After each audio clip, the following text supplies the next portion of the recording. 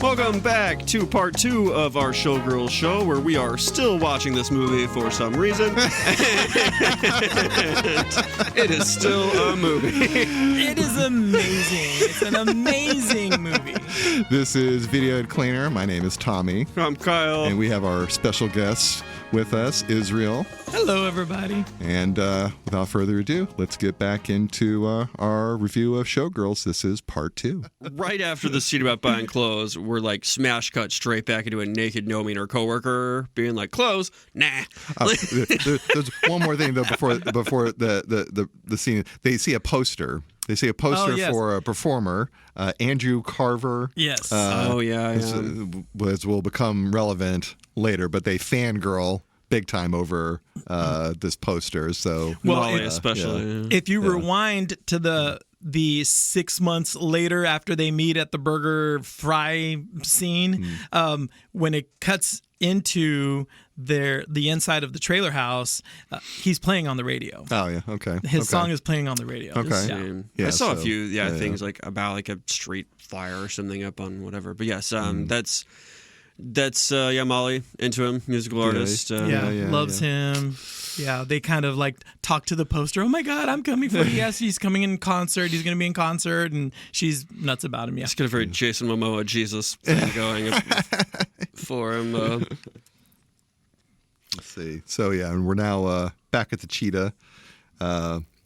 Naked. Another crazy show. Doing things. Yeah, she's like gyrating back and forth with the coworker. With Hope, I think. Probably. Yeah, it's Hope. Mm-hmm. Lucky Penny.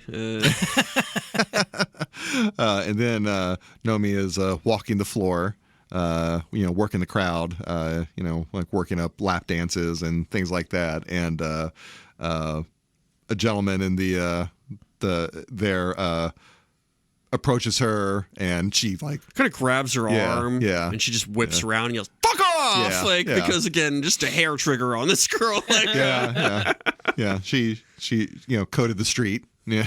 So, but he is offering her an audition, has a card, and So. Probably against his best instincts for someone that just told him to go fuck off, like the drop of a hat, like. Well, remember, he's sent by Cristal. Yeah, exactly. So, I mean, I know why, like, he would not react to that, but it is funny to be like, fuck off! You want a job? Like, and he's like, oh, hold on a second. Oh, I mean... No apology. Actually, no, not at all. Yeah. Nomi doesn't do those. Yeah. And then remember, as just she's... knife!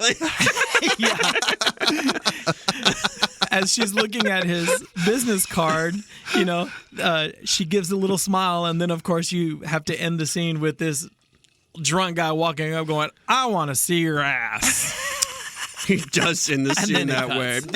Yeah. She's excited for this new opportunity, but then he reminds her where she is in this time. Exactly. Like, should I ignore this opportunity, or am I happy where I am? Yeah. It was a charming way to end the scene. I want to see her ass. He just slurs at her like. All right, so we transition to the audition. Yes, which is oh my God, one of the best scenes in the whole movie. Best scenes. We got a craggy show producer, Tony Moss. Yeah. Just reading all the girls to filth. Just giving them the business. Nomi panics, runs backstage to kind of touch up her look a bit. Whatnot. Well, she's called Pollyanna by him on the way in, and she kind of asks, like, "What did you call me?" She panics, for some reason that we don't understand. And says, "Oh, Pollyanna, because you seem so innocent." And you remind me of Pollyanna. Yeah. And she's in like full clothes, sort of, but like looks around at the rest of the girls, and I guess remembers she's auditioning for a topless show or something, and so comes out in just a bra and like some other, like messes up her hair or something, like, oh shit, I am too, like, small town looking or whatever. Yeah, like, puts on a little more blush. And, yeah, she does. She's just like whoring her makeup real quick, like, look at me, I'm just. I need to look like a whore to get this job. Hey, if that's what it takes. If it's what it takes, and so he is a hard-nosed man who. He's like, people say I'm a prick. I am a prick. And he's kicking auditioners for just very arbitrary reasons. Like one girl, her tits are just too big. They're just too big. Watermelons. Yeah. Do you remember what he says? He says, look at those watermelons. We're not running a patch here. We're running a show or something. Yeah, like, it's a show, not a patch. Bazing. Yeah. So kicks her. One girl has ears that displease him. Because she just had her nose she done. had her for nose job for him. Yeah. And like, So- he's like looking. He's like, good. And then he's like, I don't like those ears though. Come back when you've got an ear job. Bastard. We all want to be this guy just one time. Then he gets to Nomi, who just sasses Wait. him. No, wait. We cannot skip the classes girl. Oh, yes. Where he's like, so what classes have you taken? Yeah. I've taken classes, this classes, tap classes, jazz classes, tap jazz classes, blah, blah, blah classes. Well, this is called Goddess. It's not called classes. Yeah, get out of here. Like, it's the most arbitrary bullshit like reason to be like, fuck off. This one's a reader. Get out of here. Yeah. We don't need them too smart here. Yeah, like, Yeah. Oh, my God. Yeah. And so gets to Nomi. And I had to say that because, I have a friend of mine named Brent. Our entire friendship is just based on Showgirls quotes, just back and forth. And anytime we're at a party and someone's talking to him, they say, Brent, what do you do? He, of course, responds, I take classes, jazz classes, tap jazz classes, and then I'll join in and we'll say them together. Yeah, so I'm like, we cannot skip the classes. where are you from, Brett? Different places!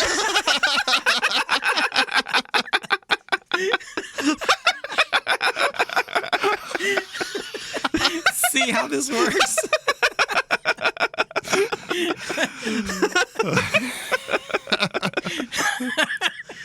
It is quotable. It's not a good movie. It's quotable. Robust basis for a friendship. Yeah. Exactly. Yeah, very good. Yeah, so sorry to interrupt. We get to know me. No, this was worth it. Yeah. This was relevant. Yeah. Sidebar. So she makes it to the top three though of these dancers, and she's being rewarded by being told to take her top off. And then it makes sense. It's But like, not before sassing him, which is notable. Like he's kicking girls for arbitrary reasons, gets to know me. Oh, that's true. Yeah, and yeah. she just sasses him and like just she's just giving him a look and asks her, "What are you looking at?" And I'm like, "Look at you be a prick or be an asshole to all the girls, right?" Yeah. And he was like, "You ain't seen nothing yet." Yeah. So he's like, all right, I like her. She's got spunk. Yeah. But she makes the cut. Yeah, which is the important part, right? Keeps whittling them down. Yeah. Yeah. The audition commences. It's tough. Cristal arrives to inspect the scene. But yeah, she makes the first cut. So yeah. And now she's topless, and she gets asked a real distinguished question of what's wrong with your nipples. well, first, the producer wants to see everyone topless. To which Nomi kind of. Which, he has a very fun choice of phrasing. Show me your tits. Yeah. Right. I think she's more shocked by the brusqueness of the delivery because, she saw the show. She should know, But I guess he's got a good point. It is a largely topless show. He could have started off with that, though. Yeah. All right, we have a topless show. Show me your tits. No, just show me your tits. Yeah, exactly. I think he wanted all the college straight boys in the audience to go, yeah, because it worked. Yeah. But what is wrong with her nipples, Kyle? Well, they're not hard. They're just kind of sitting there. They're lazy, I think. It's really They're lazy nipples. yeah. Like, to use like as I guess doctors use this term. Yeah, like, They're not pert enough. if anybody doctors they're not- talk about things like lazy eyes, just be like, those nipples are lazy. Very inconsiderate doctors. And what is the solution to lazy nipple? You need to send them to a cold land where they perk up. Or actually, no, play with them a little first. Pinch them a little. Yeah. Just give a little, like you're the Comcast guy in South Park. You're like, oh no, Because he even offers to do it himself too. he does. What a gentleman, right? Yeah, exactly. Then bring some ice. Some ice is brought out to apply. She buffs him and storms off. So take a drink if you've been following along. No, it with a drink storms again. off. She storms off. Yeah, because remember, she's had it because he says, "I'm erect. Yeah. Why aren't you erect?" That's true. And then she flips the ice in his face and storms off. Like that was enough for her. Push her over the edge for sure. Yeah. Yeah, she's just sassing everyone left and right. But yeah. And Crystal's been watching at this point. Once it hit like top 2, top 3, Crystal's on stage, or she's like on the first row or two outside the like stage audience watching. So Yeah. So Nomi stormed off, and Cristal confronts her. Right. She discloses she's the reason she has the audition. Right. which Nomi suspected, Yeah. but did not get confirmed until now, officially. Yeah, rather. right. But Yes. Yeah, and then Crystal's there to kind of be snide, kind of lord it over her, can't hack it, Yeah, because Nomi asked her, "Did you enjoy that?" And she says, "Yeah, I kind of did." yeah, actually. Yeah. And then she says, and then Nomi says, "Well, I hate you." And she says, and Crystal says, I know. Here's a napkin. Wipe your nose. Yep. Clean yourself loving up. Yeah. Still got that power. There's a real power dynamic vibe. Like when I was just gonna listen out themes and stuff. Yeah, the power, whether sexual or there are many different ways it manifests in this movie. But it's that, when you got the power, whether it's through knife or through muscle or employment or money, position. Yeah. Yeah. It's a lot of people in this, but at this point I'm mad in my notes because James shows up again and we now see Bouncer Guy still yet to receive a name. It's working at a bellhop. He's got a whole different job. He's on scene 5 now, no name, but he is working as a bellhop at the casino Nomi auditioned at, which is the Stardust. I want to say, yeah. But he now says that she doesn't need this show anyways, and that it's dishonest. At least at Cheetah's, she's honest as they want tits and ass, and so she'll give it to him. But this one, it just pretends it's not, but it also is giving tits and ass, and it's like, again, you're not entirely wrong, but just the way and the timing of this delivery is it's not going to make Nomi, it isn't changing a mind to her or a heart. It's just pissing her off like you always do in literally every scene. And we do hear his boss saying, "Smith, Yeah. Smith, move this luggage or whatever." So we get his last name. Okay. Finally. Is the first time, Yeah. but only his last name. Yeah. It's taken this long though, for sure. And he's not exactly wrong in his claim, right? It does seem to be tits and ass both places. It's so I guess he's right, but we question his motives. Yeah. He's right for the wrong reason. Right. It's one of those things you're not wrong, you're just an asshole for sure. Because it still does seem like it comes from that place of white knighting the stripperness, because it still denigrates that and her nudity and whatever else. And to a point you're well, he just wants her to be a dancer or whatever. But again, he gives us no reason to believe that's true. Like Israel said, there's no reason to really give him the benefit of the doubt or to like this character or to have anything positive feeling at all. If this character's gonna be in the movie, give us any reason to feel a thing for this guy. But besides revulsion at his rampant misogyny and bullshit that he spews all the time. I think in some ways the character functions to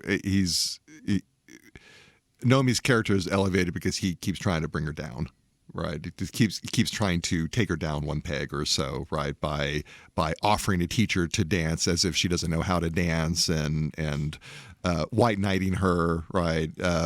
Yeah. Well, there's one tiny reason that she might be just kind of okay and not telling him to go away and go to hell is when he goes to visit her at her trailer, he does say something like that he's had some professional training, and he names Alvin Ailey. With very famous dance choreographer. Yeah. So, but at any time, she could have easily said to him when he's trying to knock her down a peg or saying, you need to be a real dancer, I see the fire in you. She could say, well, what about you? What are you doing that I should listen to you?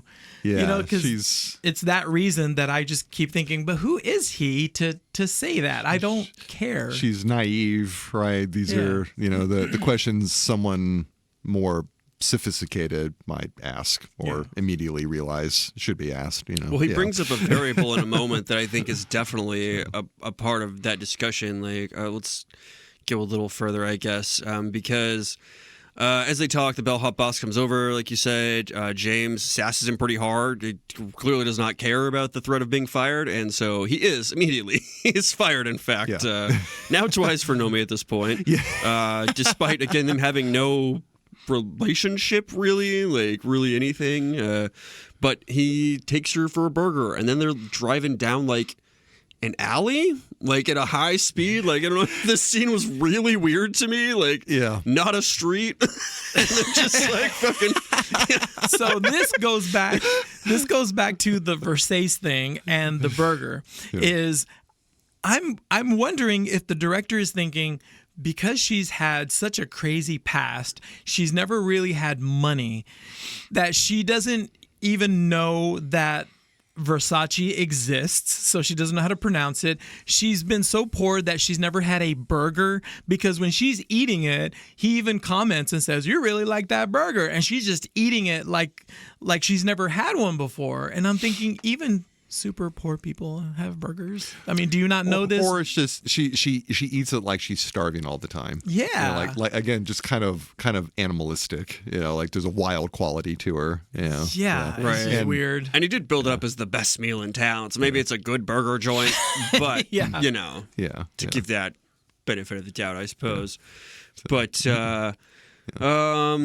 again, they're doing a weird alley drive, and he's being like, "Well, you like that burger?" And so he asks her where she's from, and we again get different places. Like, she's just like is really upset about this still, and like, and I just sort of like, "All right, Nomi, keep your secrets." Like, I don't know.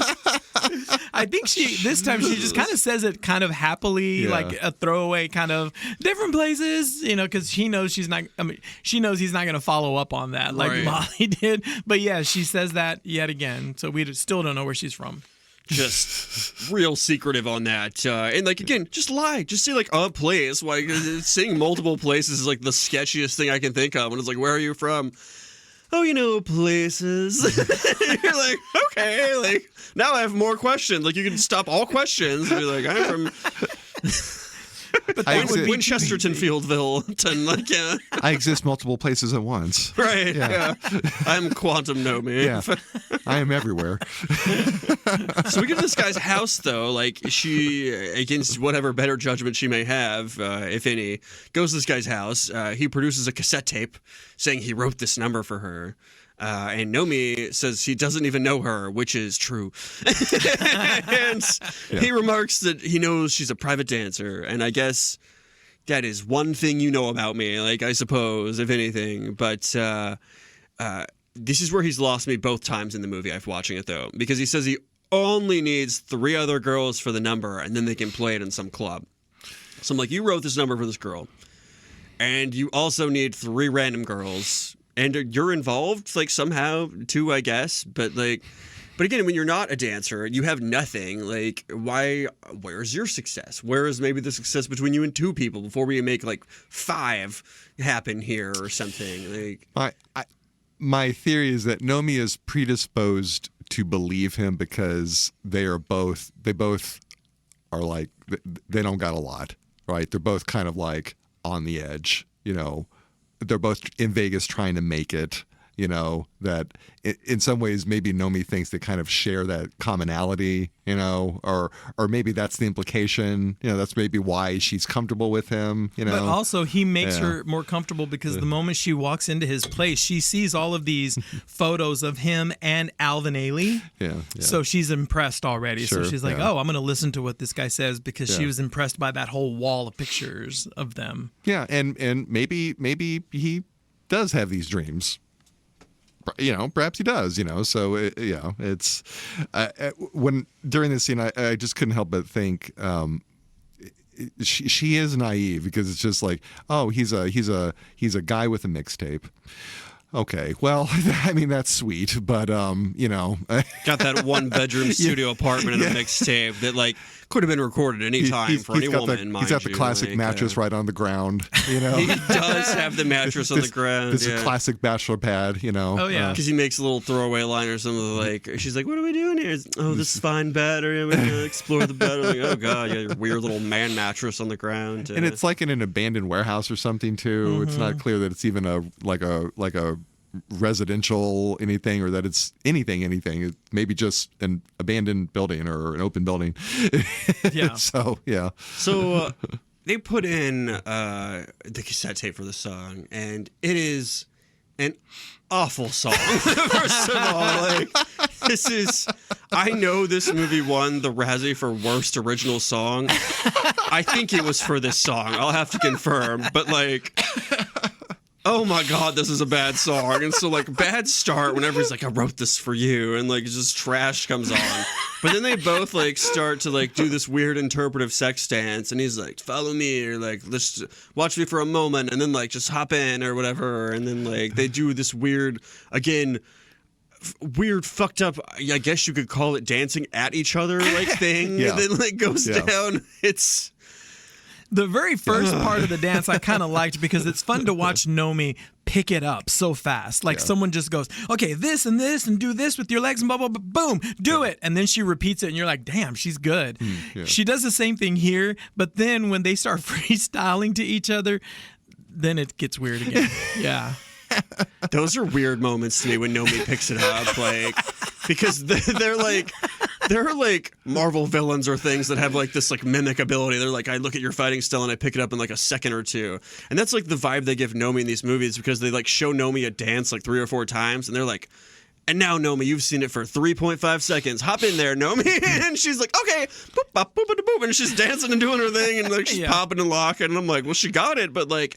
In the context of this movie, that's fucking weird. Like she's just like, look at me. And I remember figured it out. with the order in this film right here when I remember watching with this in this scene when you're watching the film, you know, it has its roller coaster ride, like this craziness happens and then a little breather and then this happens, you know, and then another breather with more storyline. I remember thinking when they start getting, you know, gyrating and getting sexual, I remember rolling my eyes going, oh my God, we just had a scene like this a few minutes ago. Yeah, I don't want to see another one. This is too much. It's too much sex. I remember thinking that, and this scene is like, oh, here we go. And then he's going to pop her boobs out, and he's going to start playing with her boobs again. Give us time to get horny lazy again. nipples, yeah. Wake up. Yeah, I could imagine this scene being done. You know, we talked about Fatal Attraction, right? If you could imagine that kind of style brought to this, where it's smoky scenes and steam bubbling up, and it's just passion, and it's just people being thrown onto the kitchen counters and whatnot. I imagine they had that in mind. And again, the seriousness just never arrived, and as such, you just get this. They're doing face at each other, you know, but it doesn't. They're going for intensity, but it feels like, they're just making funny faces, and like they're doing these like dramatic poses with their bodies, and I can imagine how the intent was for that to just be like raw dancer passion, and they're just kind of gyrating in space, like. Well, it's weird because we've been given 0 examples of chemistry this whole movie, and again, he's been in like 5 or 6 scenes with her. Literally ample opportunity to have even one moment of chemistry or dialogue where they like click. They're constantly like talking around each other, or like he's pissing her off with stuff. Like there's nothing there to be like they are sexually attracted to each other. But he's like, I wrote a song for you, and then she's like, here we go, doot doot doot, and then like her tits are out again, and he's putting her hand down. He's putting his hand down her pants and stuff, and so it just feels awkward to me in that. Which we keep noting how all this stuff kind of hits us against the grain. Like, I'm just trying to think, okay, reading it like with the grain, like just kind of going with the film, like just what is the film like trying to do with, and I think, like it's, once again, this is a man that cannot tame Nomi, right? Like Zach creams his pants. And he's like a helpless victim to Nomi's lap dance, and now once again Zach or James just keeps missing the mark. He just can't quite capture this woman, and maybe that's the generous reading. That's what this moment is supposed to mean. Perhaps it didn't land as we're discovering. Then like Kyle said, then here he goes again, wanting to score, because to me that's what he's been wanting the whole time. So he has her boobs out, feeling her boobs, and then he starts reaching down her pants, and then she stops him because she says she's getting her period, and of course, quotable line, I've used it many times. It's all right. I got towels. Yeah, absolutely. Well, first of all, he checks because she's like, check. He's like, okay, I don't believe you. I bet you say that to all the guys. She's like, check. She's like, just check my, And then he sticks a finger and he's like, oh, okay. And then, not only, but then he looks at his finger. It's like, you didn't have to do that. Yeah. Just feel. But that was a great line. I know. Yeah, it's like, because it's like, not to be deterred. Do gay men use that? Like if the person's like, I'm not ready. Oh yeah, absolutely. Right, I got towels. 100%. It's like, you play in the mud, you expect to, you get some mud on you. And so the deal is like, I've been eating at Taco Bell all day. That's okay. I got towels. That's fine. Like, we'll figure this out. That's fine. I guess. Yeah. That's fine. No, it's not. Jesus. God. I have a lot of towels. There aren't enough towels in the world. Oh, boy. I got towels. Oh, God. You're like the substance blood monster, but with who is this guy? Like, I got towels. I got towels. Yeah. Guy's a savage. Guy's a fiend. Jeez. There you go. But another great line. Or you can fuck me when you fuck me. Like, when you love me. Yeah. Which again calls into a question like, what even are they? Nomi clearly is like, you don't love me. We were doing something maybe like slightly physical there, but this is not even close to being a great romance story. And I think it's caught up and intertwined in the fact that he's two goals, seemingly at least, the love or fuck of her, and then the dance thing, and they both seem to like trip over each other's feet. Like maybe if he tried for one or the other, he would be successful. But it seems like because he's trying to do both, it's really fucking up right now. Like it gets messy. Yeah, he's got one like line of like kind of foreshadowing as she's walking off. I see you hiding from yourself. Which, it's just. I think the audience was supposed to react and go, "Wow, he's really deep. Wow, that's I wonder what he sees." Yeah. Yeah, that's true though. Yeah, because it's not like he had anything to go on here. It is just foreshadowing in a way that like a writer would put in, because he specifically says like, I see you, you're running from yourself, and I guess you got up to some bad shit someplace.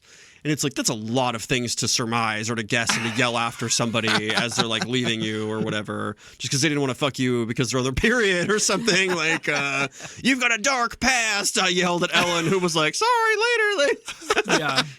Gonna go get tampons, Yeah, this script, jeez. Oh man, we're gonna have to talk about that when we finish. We're wrapping up. But yeah, let's see. Next scene, the back of the trailer, and Nomi gets a call, and it's good news. She got the part. Yay! Tony Moss. Yeah. So back to the cheetah next scene, and she is the boss, the company. They're kind of giving her some side eye for her new success. Like the boss is mocking her, like, "You'll be back. You'll be back." You know, because she goes there just to quit. yeah. I think she has a few things in her locker that she's getting. Maybe gather her things. And, yeah. But the boss kind of turns on a dime and like panically like offers her a raise, and then turns again, yells at her for leaving. Just kind of all over the place.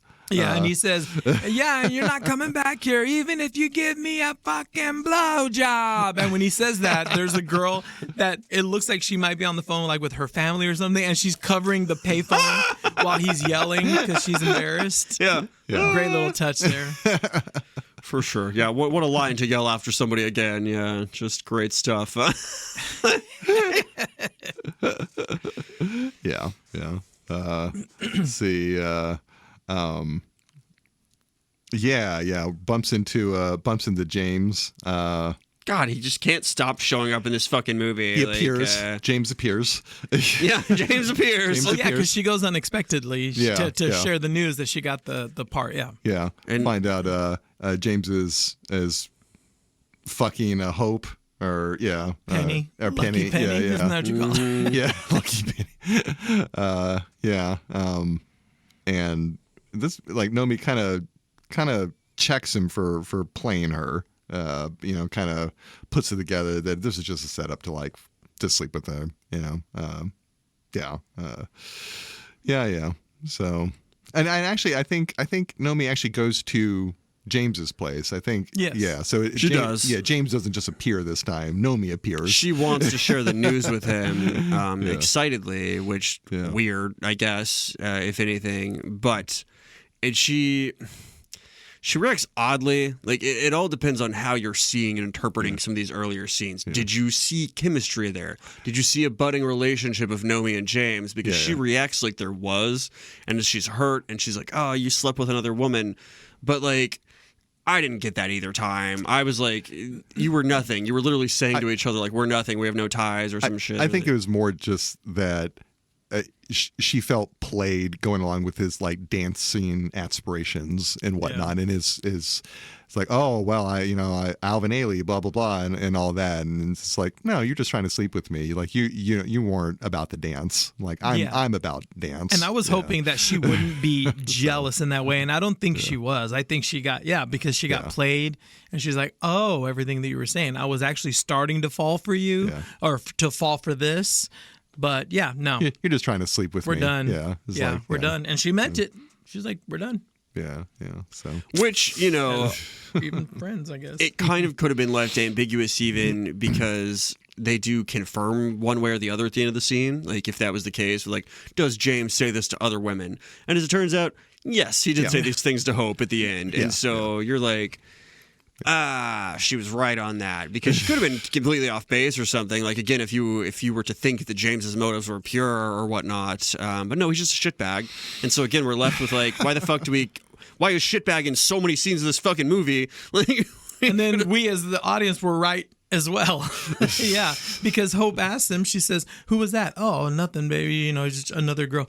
Is she gonna take my part? And he's like, no, she can't dance. Like the same thing he just said to Nomi. And so he has proven it's just a big old scumbag there. And again, it's like not once have we been given a reason to like even have a positive thought for this character. And so it's just like it's wasting my time, I feel like, as a viewer every time he's on the fucking screen at this point, because I'm like, give me a reason to care, or like, I don't know, or a storyline that matters, or like anything. But I don't know. It's a long movie too. That's part of my complaint. Is like we could have had this be an hour 45 still without James' part, and it would have been fine. He does. He's in a lot of scenes, and it's just. Does he have to be? Yeah. No, because the lap dance one, there's no reason he had to be in that and like stalking or doing the whatever and showing up in the morning. Like we save time, just like editing, streamline, whatever.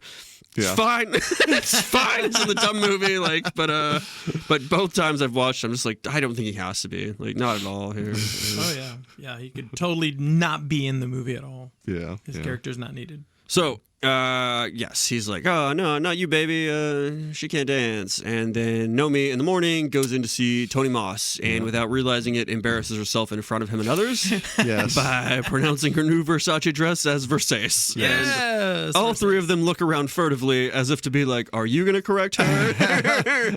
And none of them do. No. Ultimately, Tony's like, I love Versace. My favorite dress brand. Yeah, so we feel bad for her, it's just. But at the same time, isn't it confusing? Like, why would she not know the name of how to pronounce it? It reveals something about her socioeconomic position, right? She is not. There is some things about affluent life that she is not aware of, right? Like the pronunciation of European fashion brands, for example, right? So she pronounces it like you would an English word. Yeah, maybe she brought a Gucky purse later that day. Yeah. So it's for no fault of her own. It's for no fault of her own. It's just this reveals something about the character, about like her background. Like it's not from maybe not even a middle class background. It's maybe from something much more hard scrabble. Well, I'm glad that it happened because it's probably the most quotable word from the entire film, and most memorable is Versace. It's probably a very pretty woman. And that like you're taking her rough and Molly self in there and Trundle and the whole scene and stuff. So cute. But yeah, we meet Gay here, who is the line captain woman. Miss Gay, who is the only woman that we never see in any state of undress in this whole movie, mind you. The big gay distinction. But she is the one that's essentially sort of in charge of the dancers, and she is telling Nomi, like, what do you like to eat? And Nomi's like, I liked it. And she's like, brown rice and vegetables. That's what you like to eat? Yes. And she's like, don't go outside. Sun bad. Oh, that's right, yes. Costumes, your responsibility. Don't take him home, though. We'll arrest you. Yeah, it's kind of a hilarious buzzkill. Like stay inside, stay cooped up inside, eating horrid brown rice and vegetables. Welcome to your life. Stay skinny and pretty. Welcome to your fairy tale. Yeah, exactly. Yes. She's then funneled off to HR where she's kind of reticent to answer personal questions about like home, family, social security number stuff. Can I say something before we go to that? Gay does establish herself as a very stable person because Nomi asks her, how did you meet your husband? And she says, oh, I chipped my tooth on a Quaalude, what is a Quaalude? Oh, that's a powerful like 70s drug or something, isn't it? Like, powerful tranquilizer. 60s. Oh, okay. That's what like Wolf of Wall Street, when he's like dragging himself out of his Lamborghini or trying to drive, like he's on Quaaludes. Like it was very popular. I think it was full on stopped like by pharmacies even manufacturing them because they essentially like either the risk outweighed the reward or like they just were replaced by newer quote models of pills that were less addictive or less like dangerous or such. Frankly, it's described as a sedative hypnotic. To give you a sense, it's a powerful drug. I think they were big pills too, so that's probably why like I chipped my tooth on a Quaalude. And then it turns out her dentist ended up being her husband. So we get the sense just from that dialogue that she's kind of stable. She's got her shit together. So we kind of like her. She's kind of together. But it didn't start that way with the Quaalude thing because that's a party girl anecdote. I kind of wondered if that meant that she was date raped. And I like got knocked up, and that's how she met her husband. Jesus, that's dark. I don't know about that. Damn, Tommy. I kind of wondered if it was actually something like it was kind of like, ha ha. That's how I met my husband. I chipped my tooth on a Quaalude. She got her tooth repaired on that Epstein Island dentist room thing that we saw now. By Dr. Epstein. With Dr. Phil's face up in the Epstein Island room. The only reason I would say that wasn't the case is because the music is fun and touching and very sweet. Like here's a person that's stable of all of the ridiculousness, Well, but anyway, I think it showed you like the one person that maybe got out of the life like kind of fine because again, party girl anecdote. I was on Quaaludes, chipped my tooth, woo, blacked out. But then my dentist doctor man was like, let's take care of you as a person. It is also a setup for a meet cute. So there you go. Maybe it's that. Maybe it's that. I assume she seems pretty stable on that, but yes, now she's at HR where she's like, oh, Personal information. I love that. I love to give that to people. Where are you from, Nomi? Nomi's fist clenches under the table. It's just... Fight it. And don't storm out. Oh my gosh. She kind of says about social security number. She's like, I will get back to you. I totally have one of those for sure. And where were you born? And was she? Oh, she says New York. Yeah, New York comes up. Because then she says New York, and she's yeah. Yeah, sure. Yeah. That seems right. Yeah. Where I'm from. Yeah. So yeah, she panics at having to reveal very personal information and her origin and all that. The woman also asks her next of kin or something. Oh yeah, where we find out, or at least in this story, they're all dead. Like in her cover story, whatever happens there. But. Yeah, and she says, "I don't have any family." And then the woman asks, "Deceased?" And she says, "Yes." So that's like the most that we've gotten out of her history from her. Yeah. She runs into Zach again. Once again, mispronounces Versace as Versace. Zach, though, a gentleman, plays it cool. Corrects her on in. Kind of sets him up as what it appears at first as a good guy in the midst of all this.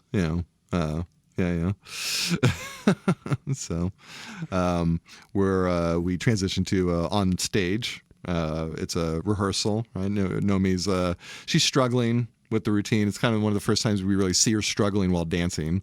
Yes, another amazing and classic scene. Another great I think we skipped a little bit because you're talking about she's in the full show, like the volcano set thing right now. No, the rehearsal. This is the rehearsal. Well, they put her in the rehearsal thing, where this is another example of she observes this dance for moments, and then they're like, "Hop in there, Nomi!" Get in there, It's so fun to watch. Yeah, but I think. Yeah. It is fun. It just seems crazy and unrealistic, like that, Julia Stiles dancing movie, or some of those Bring It Ons, or some just crazy bullshit where it's it just as absurd as this movie already is. It's just one of those absurdist elements where she just hops in and starts doing full choreography and just be like, I just learned this right now.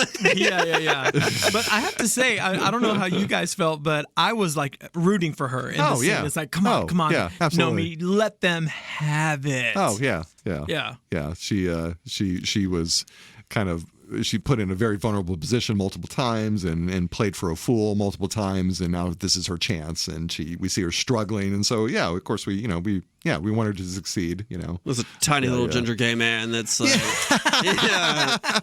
I'm too high, not that low. The other Miss Gay. Exactly. We have some representation here. Yes.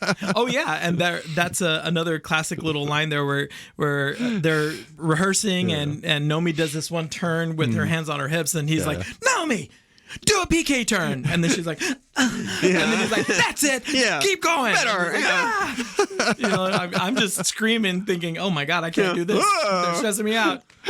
Come on, Nomi, I know you can do it. I can't. You can. She's really going along with the routine, and we get another just famous line of thrust it, thrust it. Yes. They're just pats her on her sweating abdomen. It's like, there you go. Yelling at her pelvis. Yeah. Yes. Berating her pelvis. Thrust it! I love that scene. Tiny gay. Well, this is when, after she's kind of laying there sweating and is like, well, I'm beat. That's enough for today. They're like, well, you're starting the show tonight. Oh my God. Wow. Yeah. My muscles will love that. But as she's processing that, Tiny Gay goes off stage to talk to Tony, the show producer guy, and it's remarked that Nomi is all pelvic thrusts, and Tony remarks, so that can't be learned in any class. She prowls. They don't teach it in any class, But what about dance class? What about jazz class? What about jazz? What about jazz tap? Class what about tap jazz tap? Pelvic jazz tap class. This is not called classes. It's called goddess. The producer was right. See, there you go. We thought he was just being an ass. No, he was right. Yeah. It's called goddess. Not classes. So she's still in this whirlwind of a fucking day because this has gone crazy for her. And now there are chimps loose in her dressing room as she's starting her day one, like trying to get ready in here. And there are people calling each other sluts and just getting mad and like slinging things at each other. Like it's I've had workplaces like this.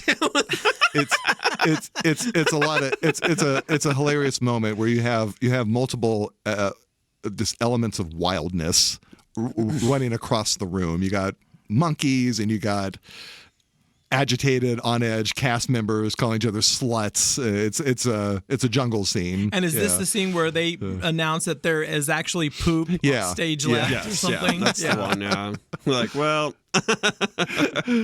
don't step to the left. Yeah. Is this the part with the kids too, or no? No, that's soon. Okay, This is basically set up for this. These two dancers do not like each other, and they are fighting. And after one of them squirts the other with something, the other lunges at them, and they like have a fight physically, and then they're broken up. Yeah. Oh yeah, because they're calling each other. They're reading each other about how slutty they are. Yeah. Yes. One's like, "I'm a slut. You fucked the pizza guy," and he's like, "You fucked the UPS. You fucked the meter reader." Yeah, the meter reader. Yeah. It's like, atta girl. But it's another very frantic scene too. And just we find out, oops, monkey shit on the stage. So as they're going up the stairs to the stage, which it's a very imposing stairway too, right? It's as we saw earlier when Nomi was shadowing Molly through the craziness, right? They're lined up on the stage about to go up there, and one of the choreographers just giving a lot of like frantic instructions real quick, and one of them is poop in this one quadrant of the stage. You better watch out for it. And it's just like bam, bam, bam, and Nomi's just been thrown into the show that day, and it's just so much is coming out all at once, and just for this one moment, it's like it. Does she have it? You know, is she really the it girl? You know, like she seems like she's got the natural, magic, but oh, geez, yeah, this, there's monkey shit on the stage. And the camera work is following her up the stairs, and then they talk about the shit on the stage, and then the camera follows her backstage to the side of the stage to where she's walking out for the first time with the whole audience in front, which is another really cool moment because you feel like you're her. Yeah. And just before that, ice for her nipples. Oh, They had a bowl of ice, and the old nipple she ice, looks at it like, ugh, but then takes one and primes her nipples. She's accepted this now. So it's a moment. She's in. Yeah. She didn't like it. Yeah, she was just like, begrudgingly. But she's now accepted it. It's like, okay, now she's learning the ropes, kind of learning the reality. So and then we have the show. It's wild, It's yeah. And with the audience really not knowing if she's doing well or not, it's done. The movie is letting you know how well she's doing through Molly on the side, because Molly at first goes, "Oh no," which makes you think, "Oh no, she's not doing well." Oh no. And then a few more moves, we're like, "It looks good." Molly, what do you think? And then Molly appears again. She's like, "Yeah." We're like, "Okay, good." Oh, all right, yeah. Because she like slips once, but other than that, it's like we don't know if it's good or not. I guess. Like, I don't know. Yeah. And the breasts are abounding on stage again. Yeah, like they're just out constantly on this show. Anytime this show is running, those titties are out. Like it is.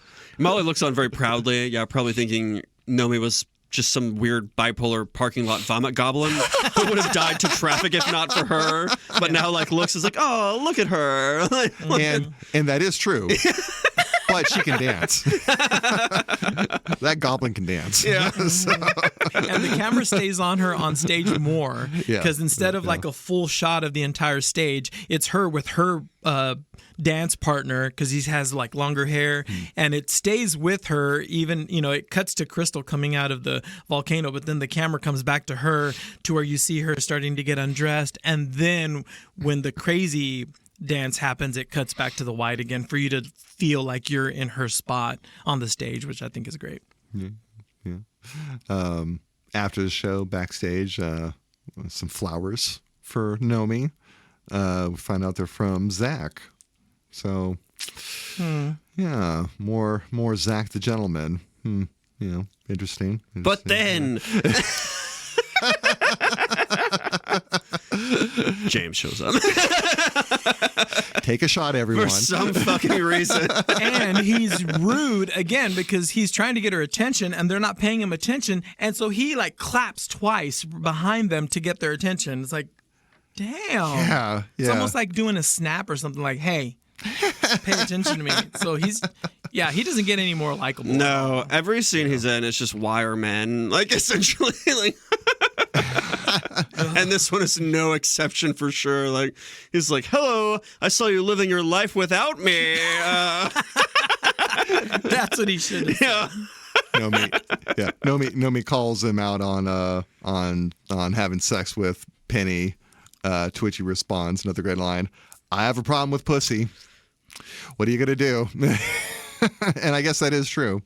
Well, before that, the does. first thing he says is, "Oh, who are the flowers from?" And she switches them from one arm to another, and the flowers hit him in the face. Yeah, Which I think is very nice. And then she says, "None of your business." I'm like, "Good, that's what I would have said." No, you better not tell him anything. accurate. Yeah, Atta girl. Yeah. and then he goes on to like try to, I don't know, make things right. He's like, "I did write that song for you, and I did tell that slut that she had talent to fuck her, but those were two different things." Like, I lied about all those things, but this was true. you're like, "Oh, James, buddy, like, I don't know if this apology's going great so far, but like."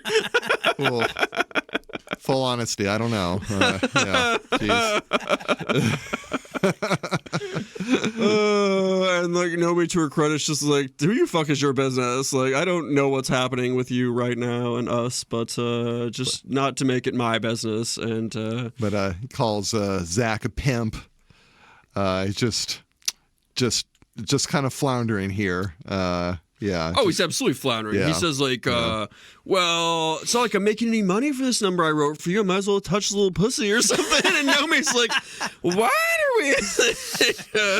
Okay. Yeah, he's not as much of a smooth talker. It's the opposite of smooth. Every time he talks, like his mouth just like kicks himself in the balls every time we have this happen. But the divergent trajectories that they're on are just getting really glaring at this point, right? You know, she's just had a successful show, and here he is still full of his same old shit. You know, just I think for So sure it's we just- earmarked yeah. what he mentioned about like the Zach Pimp thing, because it is like so much of what James says is bullshit, but like he's not wrong a lot of the times in his like, again, stupidly phrased or whatever thing's going on. He's right for the wrong reasons. Yeah. You know, his reasons for being right are that he's somehow better than he is, and that's not true. Yeah, well, because You know, there are moments like when he said before he gets fired, where he's talking about, hey, you know, at least you're honest. You give them tits and ass. Here they pretend like they want tits and ass, but then you give them tits and ass. That was a very telling thing. Like, oh, this guy knows the business here in Vegas. And then in this one, by him talking about Zach as a pimp, and she's like, no, he's the entertainment director. As I said, a pimp. It made me think, watching it, going, he probably knows what he's talking about. It's too bad that all the other ridiculousness is thrown in there. Exactly. Well. He can't get out of his own way. Exactly. He's kind of right. He's kind of right.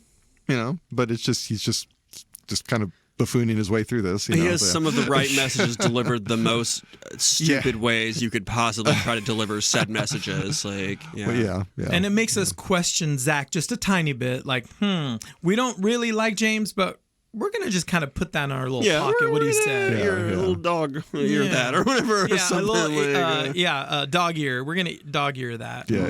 Yeah. I actually know how to do dog ears in books. Have you ever done it? Is it just like folding a corner down? What are we talking about? No, you have to fold it and do a little extra thing. Oh my God. Come on. There's lore. I thought it was just folding a corner down. Like, I've been fucking books up this entire time. anyways, shit. My problem with pussy. Like. Well, that's our show, everyone. So Nomi goes into work and finds Cristal alone in the auditorium. I don't know if she's been like sent in there and is like, somebody wants you, but like she's supposed to help Nomi with her turns is the thing. When after the show, our flamboyant gay choreographer mentions that Nomi was a little off in some of the moments, and that someone's going to help her with that the next morning. Just kind of throws it out there. You know, it doesn't really doesn't mention who, but just someone's going to help you next morning. but no, it's Cristal. Just, yeah. And they're alone on the stage. It's totally empty. So it's a very imposing rehearsal space, for sure. You got the stage light just right on them too. So it's, it's, the effect of the light, it's oddly isolated and secluded, even though it could not be in a more enormous room, so yeah. And that's when Cristal says something like, when she's stepping on stage, because Nomi's on there by herself, and Cristal walks in giving some wisdom about, to be the last one on stage or something, and then you'll get the part, like push and shove your way or something like that. Yeah. What the line is, what was it? Just was it later? I don't know if I have that here right now, but yeah, I mean, there's definitely that. She says it later too, but just shove him out of the way, or just shove him down. Yeah, push him down. Push him down and do everything you can, like fight your way through or something like that, and be the last one standing, and and you'll get the part. Yeah, that's right. Yeah, but she's trying to get back in Nomi's good graces because she says, like, we got off on the wrong foot. Like, they're not even going to do rehearsal practice at first. She's going to take her out to eat, to lunch, essentially, to talk and do some stuff. And it's a very flirty lunch. Yeah. Like, oh yeah. Well, before they go to the to the lunch, she says, "Yeah, I'm going to take you to lunch. I don't feel like rehearsing right now." And Nomi says, "What? Aren't you going to eat brown rice and vegetables?" And she says, "No, we're going to eat over here next to Versace." Well, no, Nomi, it's worse than that. When you call it Versace, Nomi looks at the menu and goes, "I don't know what any of this is." And that's when, Cristal's like, "I'll order for you." And Nomi's like, "Is it going to be brown rice and vegetables?" Yeah, she's worried because this is like her first week or whatever. I mean, on the job, like she's like, "I can't break the rules. You can't order me a filet tenderloin mignon." Yeah, like whatever. Which this scene at the restaurant is the first entire scene that I memorized because I watched it so many times. It was just amazing. It's amazing. All of the chemistry that she and James don't have, she and what's her name Cristal. here do have. Yeah, Cristal have great chemistry in this, and it's like the flirtiness of Gina Gershon and stuff and how it plays out is just so great. I want to say in all of these because she pushes her twice because she's like, do you like brown rice and vegetables? Nomi essentially being like, do you want me to order that for you? And Nomi's like, yeah, of course. Like, that's what we're supposed to. And then she's like, really, Nomi? And I'm like, yeah. And then she's like, really? Like, it tastes like dog food. And she's like, yeah, it's worse than dog food. Yeah. And then they bond a little bit. And so she like, I don't know. There are just moments of like actually where they connect in like dialogue and chemistry. Whereas like, again, James and Nomi just like bounce off each other with sparks and shit. It's like they don't intertwine or they don't have like an actual connection. Yeah. Like, the awkward dance between James and Nomi where it's like they're kind of mirroring each other. But Cristal and Nomi are actually far more mirrors of each other, and it's why it's so awkward with James and Nomi. But Cristal and Nomi, it's just they have this very just there's chemistry, sexual tension. It's just Is there a word that's the lesbian version of homoerotic? Because that's what they have when they're dancing. Lesbo-erotic, sapphic, maybe like sapphic. Yeah. They have a lot of sapphic tension. Yeah, they have a lot of sapphic tension. Yeah, exactly. Yeah. So watching that scene, yes, they have that really great heavy chemistry, and then she says, "I've had dog food." You have? Yeah, I used doggy chow. I used to love doggy chow. I used to love doggy chow too. And I'm thinking in the audience, is this like a woman thing that all women have eaten dog food? Or if it was just, they're both from the same kind of hard scrabble background, and maybe that like they both had that story, trying to get by. I took it as like, you know what puppy chow is? It's like that like sugar coated like dessert-esque thing. It's like Chex Mix or something underneath it. Well, like when I was a kid, one of my like parents' friends had that on the table, and I ate some. And I was like, "This is delicious." And they're like, "You just ate puppy chow, Kyle," and I was like, I just what? Yeah, So you could have been in that scene and said, "I've had doggy chow." So I assume that's what they're talking about. Like, have you guys? Is this foreign to both of you? Like, Yes, I'm so jealous that you've had doggy chow. Puppy chow. It's delicious. Yeah. I don't think dog food I've seen has sugar coating on it. Yeah, but Are you from different places, Kyle? I'm from different places than you. Somewhere out east. You wouldn't know of it. Yeah, like, Winchesterton, Fieldville, USA. But they both at one point of this they're eating chips, and they both eat chips in the same way, just like mirroring each other. They both bring it up to their mouth and just eat it and just like and savor they do a it. toast with it too. Yeah. Like they snap each other's. Yeah. They chip at the did very do a beginning. little weird chip snap thing, yeah. like. Yeah. Jesus, yeah, I don't know. That was, it's a very, it's sappically erotic, like, just lunch thing going on here. And Cristal just kind of, whether from the champagne or whatever, just starts talking about her life. And she's like, oh, I used to be Chrissy Lou Connors with small tits, but surgery and paint can work wonders and stuff. Like, and I'm going to cite this as more evidence for the champagne. Cristal remarks Nomi has great tits and that she loves a good pair of tits. And I have down Nomi, not quite so lesbianically, when asked if she loves great tits, replies she likes having great tits. So she likes perhaps being the attention from Cristal. I don't know if Nomi herself is like really, and again, it's all the spectrum of the scale or whatever, but I don't know how much Nomi's attracted to Cristal versus likes being the object of attention, as we see a lot in this movie. I mean, whether from men or from the show or from the whatever. I mean, her ultimate goal is to be the showgirl, the biggest showgirl in Vegas. And so I don't know. Obviously, they have some interesting things, and we'll talk more about her current Cristal's relationship as it goes on. But Cristal's full-on horny for this thing, and Nomi is like kind of in. Like she enjoys the tete-a-tate, She enjoys the chase, the back and forth, the chase, the fun bits here, and so it's because Cristal says, you have nice tits, and when Nomi says, I like having nice tits, then Cristal comes back with, how do you like having them? And then Nomi says, in a tight dress or in a nice dress or a tight top. And then she says, you like to show, I have to do it like I have a drink. You like to show them off. Yeah, she does. Mm-hmm. I think even Nomi denies that at first, where she's like, what do you mean? And Cristal's like, you know what I mean. How do you like your titties? And she's like, sunny side. I mean, like in a tight tube top. Yeah. Like side.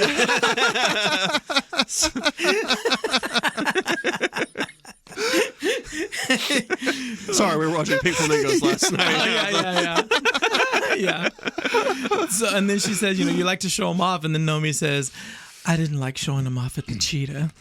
And then Cristal says, why not? I like looking at him there. Everybody like looking at him there. So, yeah, they're just talking about that and then talking about how they're whores. And Nomi doesn't like that. I could go on. I didn't know if y'all had notes on that because I know this entire conversation. So no, it's very interesting. It's an interesting thought on that because this is one of the times where Nomi actually talks about the way the cheetah makes her feel versus say anything else, and it can be. You can be doing perhaps the same thing because, again, maybe James isn't wrong. This is still a tits and ass show or whatever else. But it may seem classier or you may feel more comfortable doing it because of this and that. And some things are looked at as skeezy and sleazy, like Cristal being like, I'm in the goddess show with my tits and ass out. What you do isn't dancing or art over there at the cheetah and stuff. And, the lines we draw and in the sand for ourselves is just, it's arbitrary to a degree. Yeah. And that's where where Nomi is, like, here's my line. Like, I kind of felt dirty doing it here. I kind of feel elevated and attention, like people watching me and stuff. And I like it here in this level, whatever. And, and it's like Cristal is toying with that line, like, are you sure that you think there's a line between the two, or do you really feel this noble about it, just like, kind of playing with her idealism a bit in a way, well, because Nomi says, I didn't like showing them at the cheetah, and she says, why not? Everybody like looking at them in there, and Nomi says, it made me feel like a whore.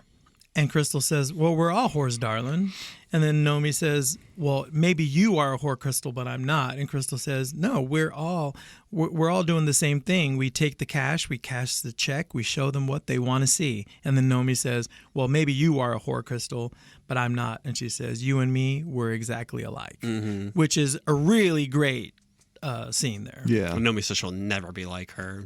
Right. End of it too. Oh, and by the way, have y'all noticed that during that scene, for whatever reason, I don't know if it's a directing thing or what, but Nomi starts drinking her champagne by dipping her fingers in it and then sucking her fingers. No. Yes. That, I don't know how I didn't notice that in this extremely lesbian scene, but if true, yeah, I mean, just like getting your two fingers wet while like having like the flirtiest discussion with this. Oh my gosh, I need to go back and watch that. Yeah, because then at the end, she takes her fingers and she flings the champagne into Cristal's face. She loves flinging liquid in people's faces too. Like she loves a storm off, and she loves a good face liquid situation. Whether it's like spit from a cup, like from an upended like a waiter tray or something. Like, God, she loves these things. This is what Nomi lives for. Yeah, yes. Moistening other people and being the trauma. Kyle, breakdance you and fighting Nomi are exactly alike. Nothing like it.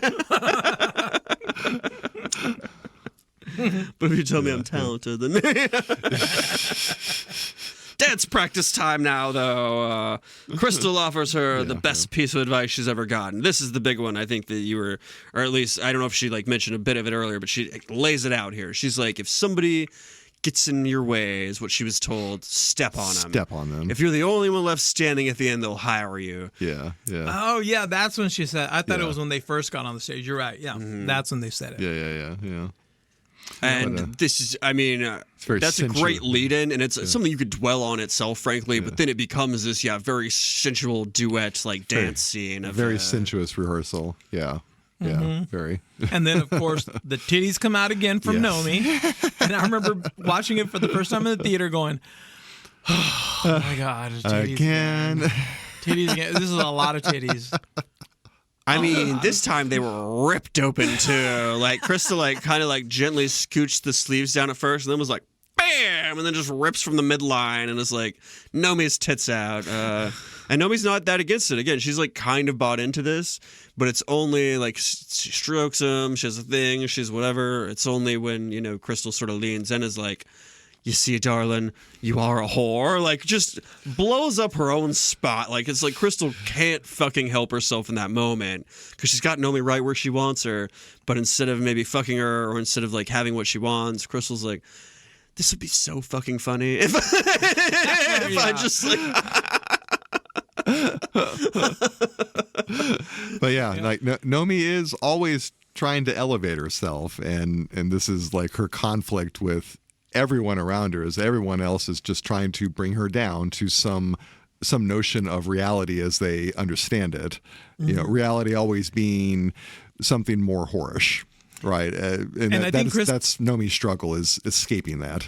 And Cristal has to win. She has to convince her. Oh no, I'm telling you the truth, and I'm going to win this conversation, which of course causes Nomi to storm out, and then everyone takes a shot. Nomi storms off. Storms out, yeah. Take another drink, everyone. Yeah. Nomi calls her a bitch and storms off. Yeah. That's right. So. Yeah. Wow.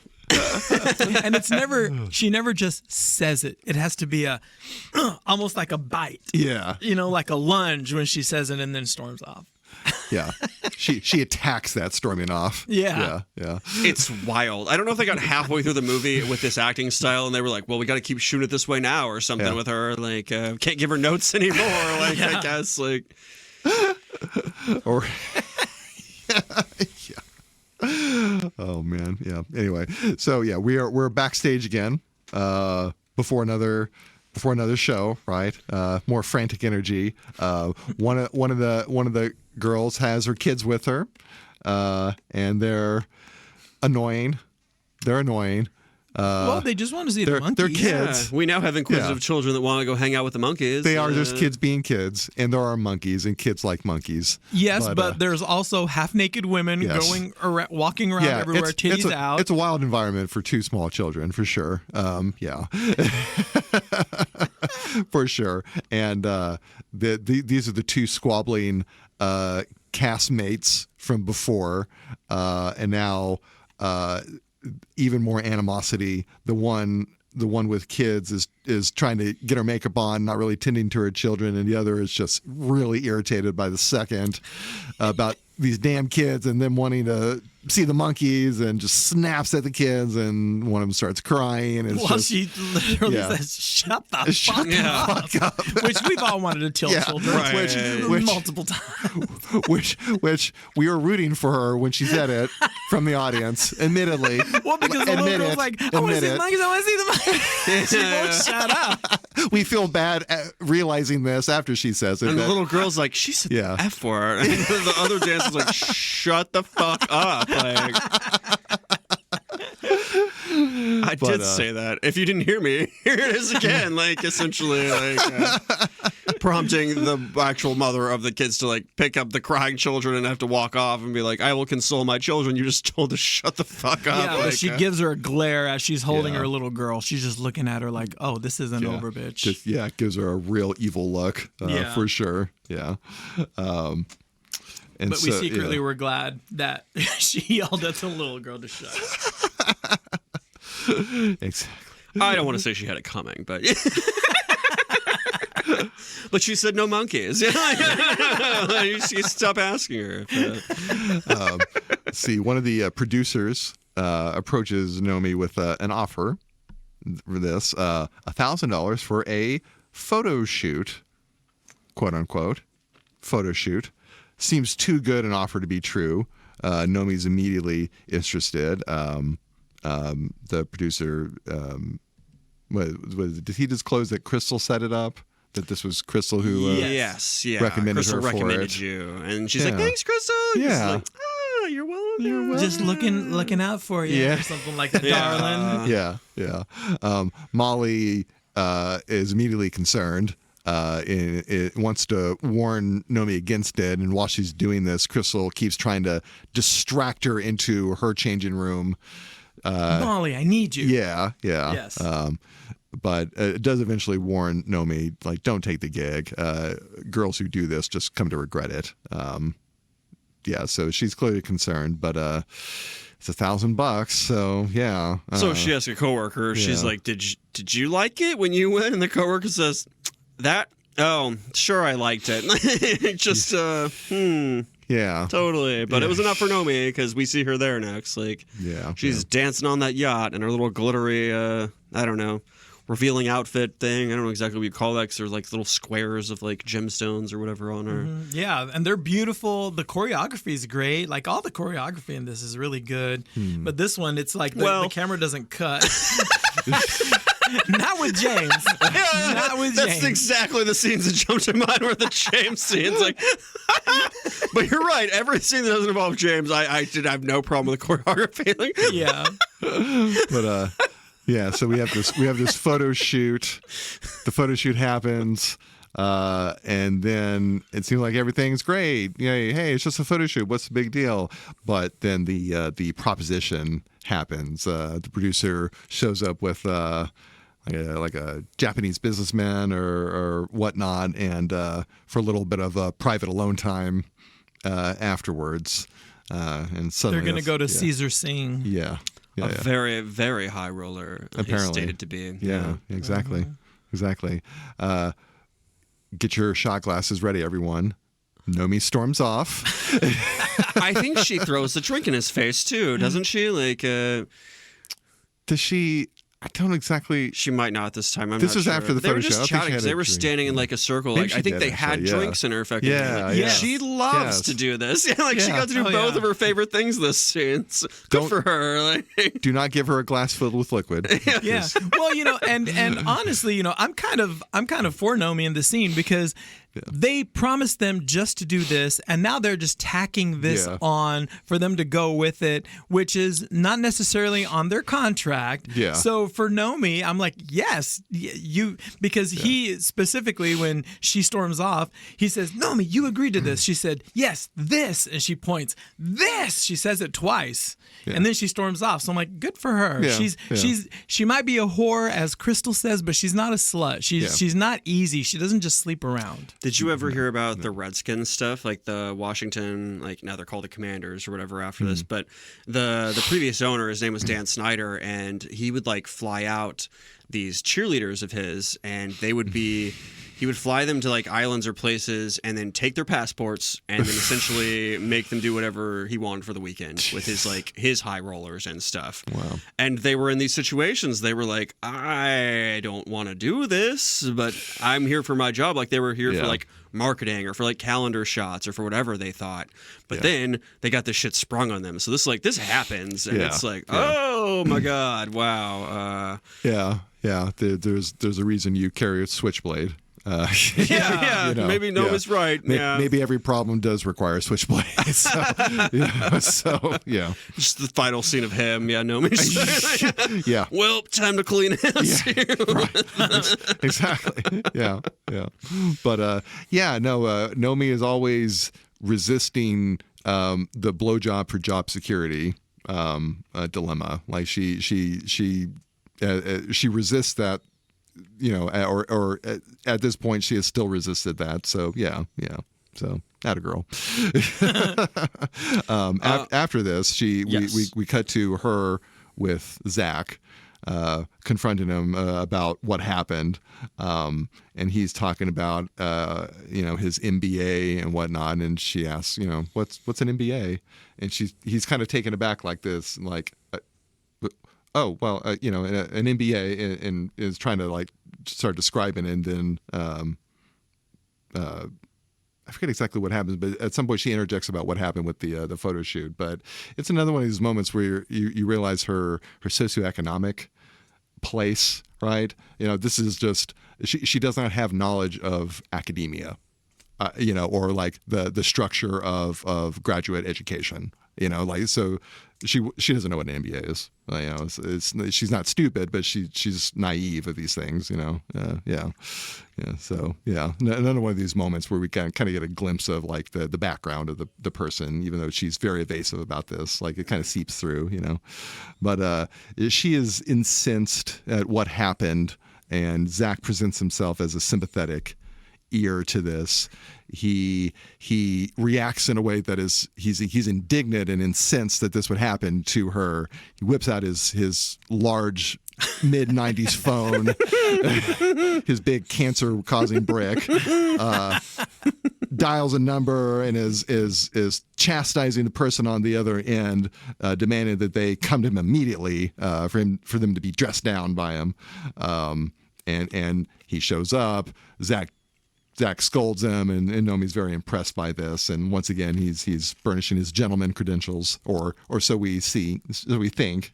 Well, when he asked the guy to demands him to step in there to have a conversation with him, when he hangs up and is waiting for him to arrive, that's when he explains what the MBA is. Yeah. And he says it's kind of useless.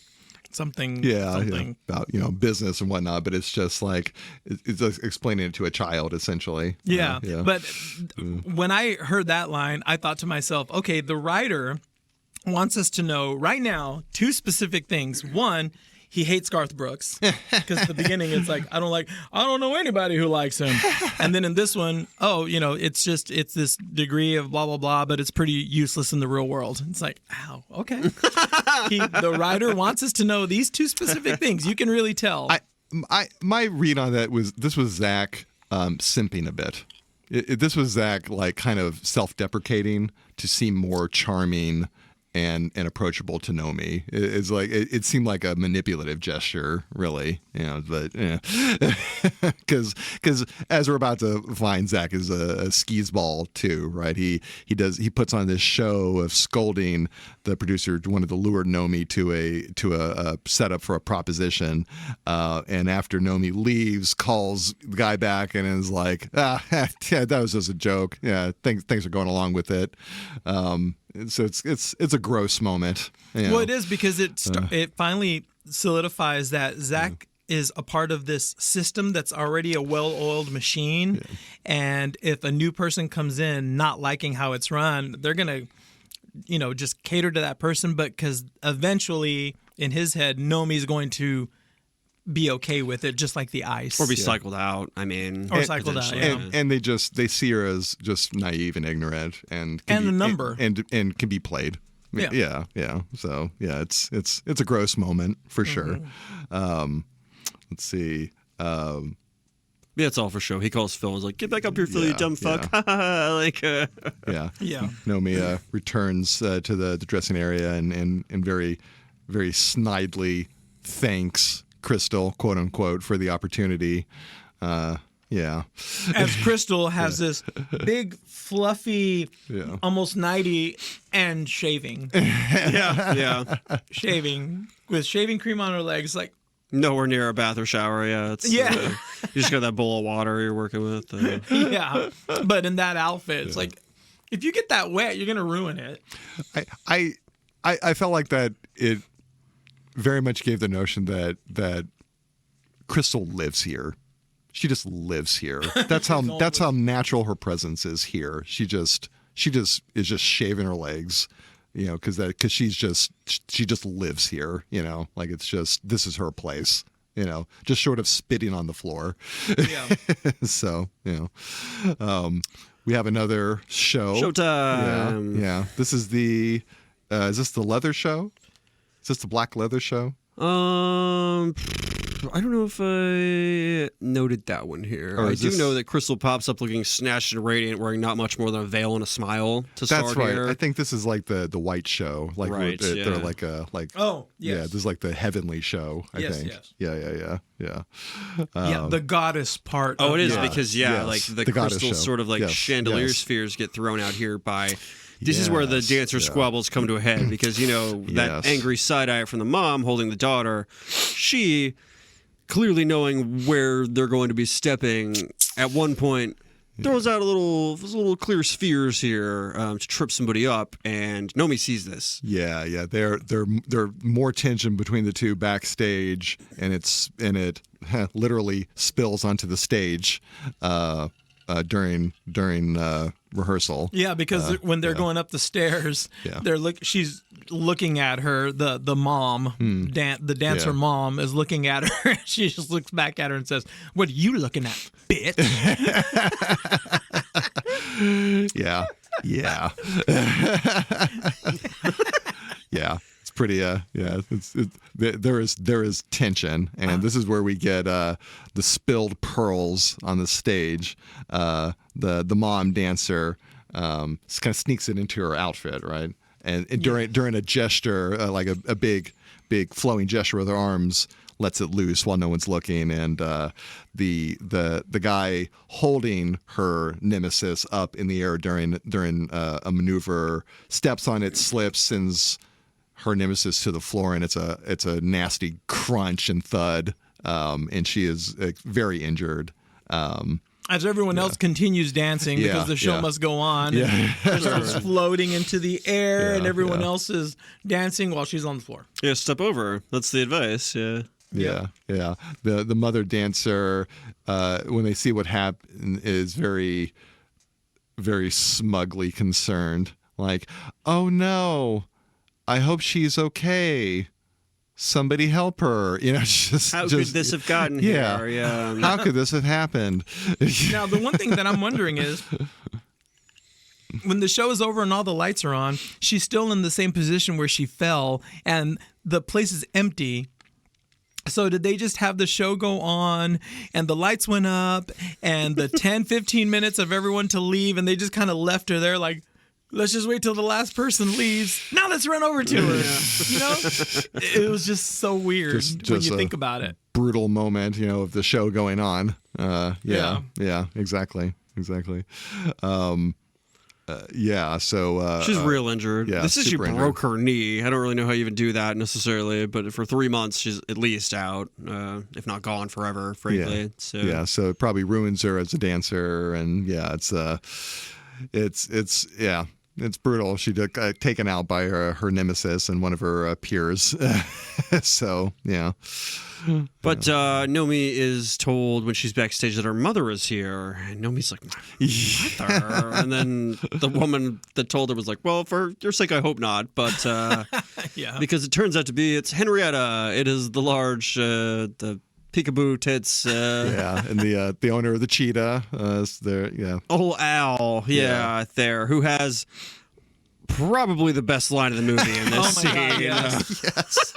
Because keep in mind, the music is sweet because this is remember touching them? moment. It's Remember so them? touching of a People moment. who remember her from her past. Oh, They came to see Yeah. her in the show. They're so sweet. yeah. She It's remembers that. it's so sweet.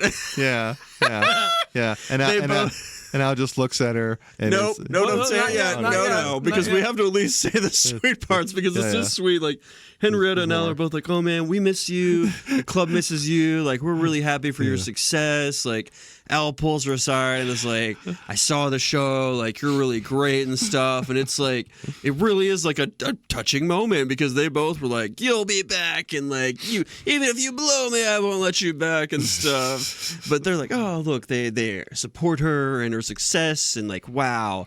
And then they turn to leave. Oh no, not But yet, Al not turns yet. back around. Not yet. There's another great line that Henrietta says. Okay. Because he's like, she's like, wow, look at, she looks great, doesn't she? And he's like, yeah. She's like, and he's like, yeah, she looks fine. She's like, what are you talking about? She looks better than a 10-inch dick, and you know it. She does say Like, that. yes, that's a good line from her. Yes. It was, yeah. yeah. Yeah, she looks better than a 10-inch dick. But anyways, then we get through this whole touching scene after. I guess we start rough, and then we in the middle we find it, and then we end rough because at the end, Al turns around after delivering a very "You're great. I'm glad you're successful," and then he turns around and he kind of thoughtfully says, "You know, it must be weird not having anybody come on you." Aw, It's like, that brought a tear to my eye. oh, like. I had to get the Kleenex for He that. really thought and like put himself in her shoes for a little bit and is like, man, I guess at your new job, People don't come on people you. don't come on you, and that must be so weird for you. It must be sad. It shows. It's the craziest thing to fucking say to anybody ever, but like. So like when you say this movie's quotable, that one probably will stay with me forever because yes, what?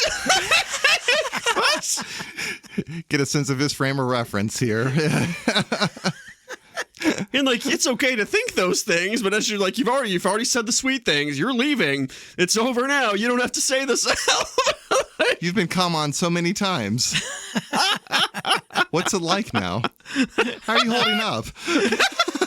Is your life less sticky, Nomi, now that you don't know me anymore? Like, And after he says it and he's walking off, the camera cuts back to her and she's just giving this like, aw. She even has her hands up like in a prayer position, almost like she's about to go to sleep. Like, oh. it's wild So because sweet. we have to act like this is a normal thing to like before we just move on and it's gone now. Like, Oh my god. no, but it's Jesus Christ. But immediately, like not a minute later, I feel like Nomi goes for a ride with Zach in his dumb sports car and just asks like, "Where to?" And she's like, "Let's go to your place." So they end up at his house. Nomi remarks, largely out of nowhere, to Zach, "I liked it when you came. I liked your eyes." Yeah. Then she just walks out to the backyard and strips herself naked. And that's how that conversation went. Like, Yeah. Well, she does ask him if he likes Cristal because they're pouring drinks, and he says, pouring champagne. "Yeah," like, and like he Cristal, says, you know, "I like all kinds of champagne." Ooh, he's a smooth talker. Oh yeah. It's a nice place. The pool's amazing with all that the neon palm tree. Yeah, weird neon palm tree like aesthetic. yeah. I don't know about that, but yeah, it's fine. Like it's a choice, so we'll see. You don't know about that. Yeah. What's there not to love there? I would like my pool to look like a Bahama Bucks where teenagers work half-assedly with like these neon fucking palm trees on the side. Like you have no taste. I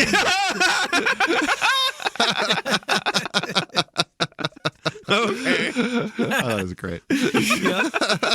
But luckily, as she gets naked and gets in the pool, then he decides to join, so we get to see some male buttocks. Yeah. After all these titties. Just a little bit, yeah. No balls or anything. Pink Flamingos gave me balls last night briefly. And it is Kyle MacLachlan who's kind of he's kind of a happy dopey potato. So yeah, he does have the funniest haircut in this movie. Like he has like the emo. He has an emo side part. The emo son who's like incensed to go on the road trip with the family haircut. Like, that he has going on. Like, he's. Yeah. Mom, like, flips his hair and everything. It's an awfully moody side part he's got going. Yeah, absolutely. But, they're having sexy pool time. And there's a moment when Nomi, it looks like she's going down to suck him off, right? Like she's finally going to do the blowjob for job security, but nope, she swims off, and he's kind of like, what, where'd she go? Where'd she go? So, atta girl, once again, she dodges the security blowjob. Yeah, she goes under the little fountain. Yeah, for another sexy moment, and it's just glistening off of her, and Then he joins her under the little waterfall, so they're under there, and it's weird because here she is looking really sexy, and then for him to walk through the little water fountain fall, he's like this. Like a monster, like he's about to claw her, going, pierce this veil of stuff to get you. And then he grabs her, and then he pulls her out, and then they're back in the pool area. I had a rich friend that had this little like pool grotto thing area with a waterfall. Like if you went through the waterfall, there was a whole area back there, and I wonder if it was somebody was like, I want that pool. Yeah, I want the sexy, the neon trees pool. But they. Ultimately, she kind of mounts him, kind of straddles him. She's always in the dominant position. She's never in a submissive position. Yeah, she's a top. Regarding like sexual anything, really. And that's, Well, this scene, I don't want to say started, but like when he joined her in the pool, he brought out 2 glasses of champagne, poured those, and then pours the rest all up on her head and body and titties and whatever. And she doesn't seem to like. She kind of alarms her at first. She's like, what are you doing to me there? It's cold. And so maybe that was submissive, getting poured champagne on you like a bitch or whatever. Like, I don't know. It's an expensive bottle, so it's kind of almost like anointing her. It's a new way for her to get sticky. But I liked it when you came, Tommy. I liked your eyes. Oh God! Well, I'm excited because we're moments away from probably the best acting of this movie. Yes. Yeah. So she is riding him, and he's just kind of holding on for dear life. He's like leaning against the side of the pool. First of all, to like give you this, she's like standing up-ish, and she's like kind of riding him, facing him. Because of the water and the buoyancy, like it makes it easier. And she kind of does the thing where she just flings herself backwards again. But because she's like in water and she's doing the writhing thing, it's like she's a fucking like electrocuted fish or like a magic carp bouncing around or whatever. Like, well, before that happens, she grabs him around the neck, and then she's just going back and forth like towards his face to where her boobs are almost like, I don't, like the little, what is it called? The not ping pong ball, but the ball that's attached with the string. Oh, I know what you're talking about. I know exactly like the scene because yes, her titties were flying about in this too. Yeah, like toward the camera and back and forth, where it's kind of funny and weird to see it. Yes. Yeah, it's that motion is weird. It's the way that her breasts are presented, they're never they're never an object for the male gaze. Her breasts are always like it's almost like a weapon on her. It's a very kinetic like thing attached to her, right? They're not a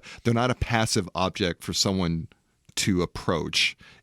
Her breasts are flying at you, right? Her breasts are not passive, right? And it's just yet again, it's just nothing is passive about her sexuality, right? She's imagine yourself as Kyle MacLachlan in the scene, because yes, you're right.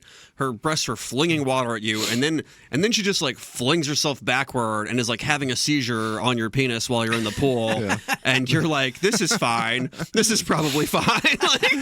Because I can't emphasize enough how weird and unsexy this flailing in a pool was. Yeah, because it's not just her leaning back; it's her entire body, and she's going side to side with her arms flailing around, and her hair going in and out of the water. Yeah, she can't just dance like a normal club goer, and she can't fuck like just some normal woman. Like a normal person. She cannot do it. She's Nomi Malone. Nothing about her is low key.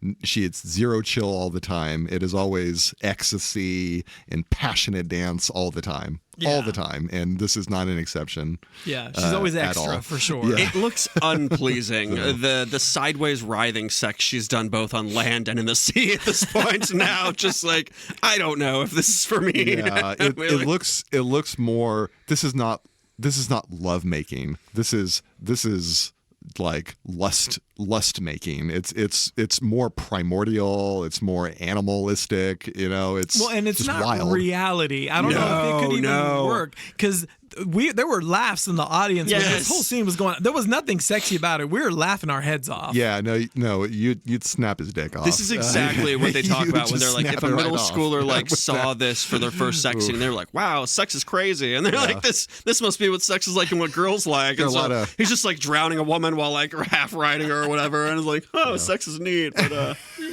because if you watch that film or just that scene, you're like, what the fuck is that? I don't think anybody got off on that. No, it's so too weird. much. It's too much. Yeah. Wacky waving, flailing, inflatable arm waving tube man. Having sex with that in the pool. Yeah. And then finally, with the cue of the music, you know that the climax has happened. Right. And then, of course, there's the little trembling from Kyle while she's holding him and she's holding herself up. And I think there's one more kiss. And I think that's how it ends. That crazy, quote, sex scene in the pool. Yeah, this drowning, horny woman like, that manages to complete the act, I guess. But we kind of see him the next morning, really, after that, and the kiss thing. And we see Nomi take another slide or step into the life because she does a little coke off his dresser for the first time. We've seen her sort of avoid drugs and coke and all these things to date. Before this, like, Zach offers her an audition. And she's kind of indignant about it, That's right, just like, oh, that's what this is about. Oh, okay, you're just gonna fuck me, and then like, if I hadn't fucked you, would you be offering me this audition? And she's nobody's fool. She's maybe a bit naive about the world on some things, but she wise to suspect this. And is it any more serious for us than we started? No, it's not. I don't think it is, right? What do you think? Was it ever serious? I don't know. I think they wanted it to be serious. We've been to many different places on this movie so far, but we have many more to go. Have we been back east on this movie? Have we ever been to me? We'll find out. More to come. See you in part 3. Yes. So that is the end of part 2, and part 3 is coming up next.